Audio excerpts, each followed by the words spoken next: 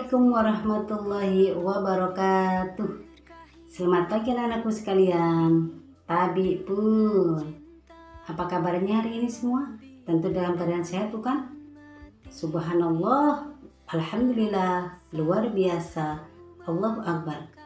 Alhamdulillah pada hari ini kita masih bisa bertatap muka walaupun dengan secara jarak jauh atau daring. Semoga kalian yang berada di rumah tetap dalam keadaan sehat, semangat untuk belajar. Nah, untuk mengawali kegiatan pembelajaran kita hari ini agar mendapatkan berkah dari Allah, mari kita bersama-sama berdoa. Kalian juga berdoa yang ada di rumah. Kita bersama-sama berdoa. Bismillahirrahmanirrahim. Rabbi shrah li sadri wa yassir li amri wahlul 'uqdatam min lisani yafqahu qawli.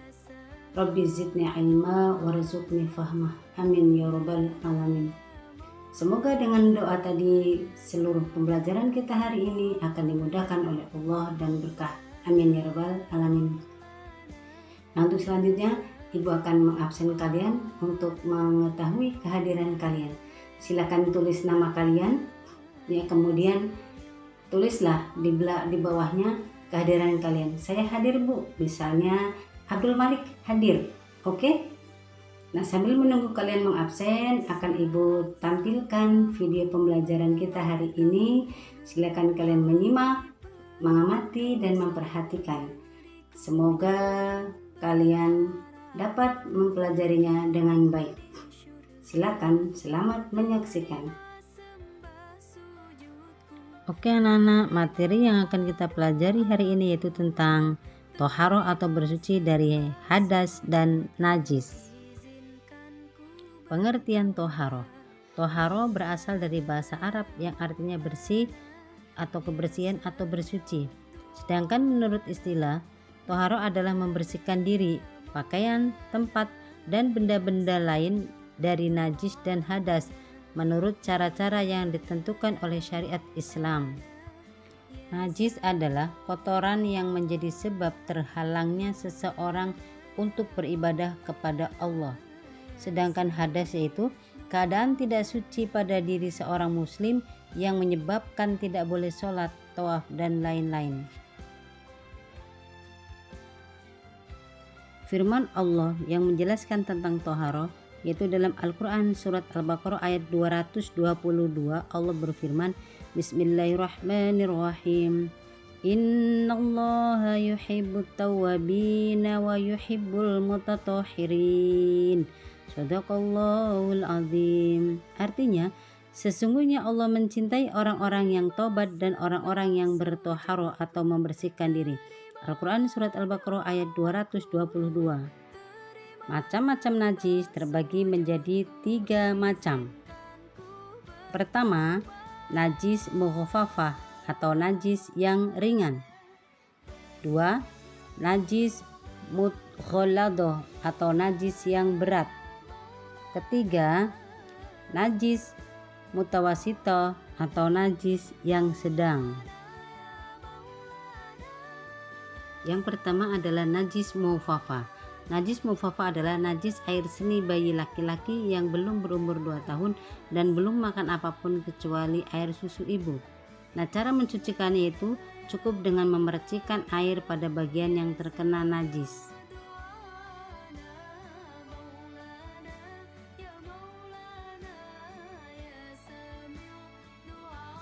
Yang kedua adalah najis mughalladah atau najis yang berat, yaitu berasal dari babi atau anjing. Cara mensucikannya tidak cukup hilang warna, rasa, dan aroma, tetapi harus dibasuh sebanyak 7 kali dan 1 kali diantaranya dengan menggunakan tanah. Contoh najis mughalladah adalah anjing, babi. Najis yang ketiga adalah najis mutawasito atau najis yang sedang.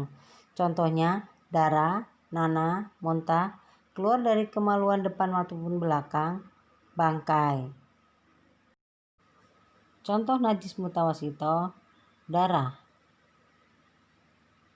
bangkai. Hadas terbagi menjadi 2 macam. Yang pertama, hadas kecil. yaitu merupakan hadas yang disebabkan oleh hal-hal berikut. Pertama, keluarnya sesuatu dari dubur atau anus dan kubul atau kemaluan. Kedua, menyentuh dubur dan kubul dengan telapak tangan. 3. Hilang akalnya karena tidur, epilepsi, gila, dan mabuk. Keempat, bersentuhan antara kulit laki-laki dan perempuan yang sudah dewasa yang bukan muhrim. Hadas yang kedua adalah hadas besar, yaitu hadas yang disebabkan oleh: pertama, berhubungan suami istri. Kedua, datang bulan atau haid bagi wanita. 3. Keluarnya darah nifas bagi wanita. 4. Melahirkan. 5. Keluar mani. Dan 6. Meninggal dunia. Cara menghilangkan hadas besar yaitu dengan mandi wajib atau bertayamum apabila ada halangan dalam menggunakan air. Perbedaan antara hadas dan najis adalah, kalau hadas merupakan perbuatan atau tindakan. Contohnya melakukan kencing, melakukan kentut, melakukan berak, menyentuh dubur atau kubur, mengeluarkan darah haid, datang bulan, dan sebagainya. Pembagiannya hadas ada dua, yaitu hadas kecil dan hadas besar. Cara mencucikannya dengan berwudu, dengan mandi wajib, dan dengan tayamum. Sedangkan najis merupakan benda, contohnya air kencing, nanah, darah, termasuk darah haid, kotoran kucing, bangkai, dan sebagainya. Pembagiannya najis ada 3 macam: najis mukhaffafa, najis ringan; najis mutawasito, najis sedang; dan najis mughalladho, najis yang berat. Cara mensucikannya, dicuci dan dibersihkan sesuai dengan tingkatan najisnya. Alat yang dapat digunakan untuk bersuci antara lain air,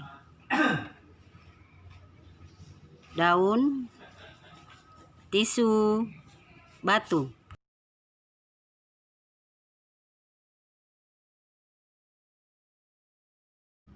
Oke anak-anak, selanjutnya kita akan mempelajari tentang wudhu. Apa sih itu pengertiannya wudhu? Wudhu menurut bahasa artinya bersih. Sedangkan menurut syara, wudhu adalah membasuh anggota badan tertentu dengan air dan dengan syarat-syarat tertentu. Adapun rukun wudhu antara lain: pertama, niat; kedua, membasuh seluruh muka dengan sempurna; ketiga, membasuh kedua tangan sampai siku; keempat, mengusap atau menyapu sebagian kepala; kelima, membasuh kedua kaki hingga mata kaki; keenam, tertib atau berurutan. Perbuatan sunnah-sunnah wudhu antara lain: mencuci kedua tangan, membaca basmalah, kumur-kumur atau istinsyak, mencuci rongga hidung, siwak atau menggosok gigi, meresapkan air ke jenggot, melakukan sebanyak 3 kali, membasahi seluruh kepala, membasuh telinga, mendahulukan anggota kanan, dan takhil atau meratakan air di sela-sela jari.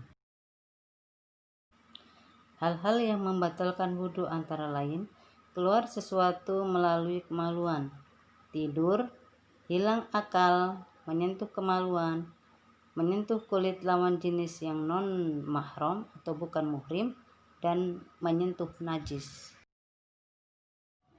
Selanjutnya kita pelajari yaitu tentang mandi wajib. Apa itu mandi wajib? Mandi wajib adalah meratakan air ke seluruh tubuh dengan niat menghilangkan hadas besar. Sebab-sebab mandi wajib antara lain: pertama, junub atau bersetubuh; kedua, keluar sperma; 3, selesai haid bagi wanita; keempat, selesai melahirkan bagi wanita; kelima, selesai nifas; keenam, mati atau meninggal dunia. Selanjutnya rukun mandi wajib. Pertama, niat, yaitu menyengaja menghilangkan hadas besar. Kedua, meratakan air ke seluruh tubuh, kulit, dan rambut. Sunnah-sunnah mandi wajib: pertama, membaca basmalah pada permulaan mandi; kedua, berwudu sebelum mandi; ketiga, menggosok-gosok bagian hingga bersih; keempat, mendahulukan bagian badan yang kanan; kelima, berturut-turut. Tayamum adalah mengangkat hadas kecil dan besar dengan menggunakan tanah atau pasir ke wajah dan tangan.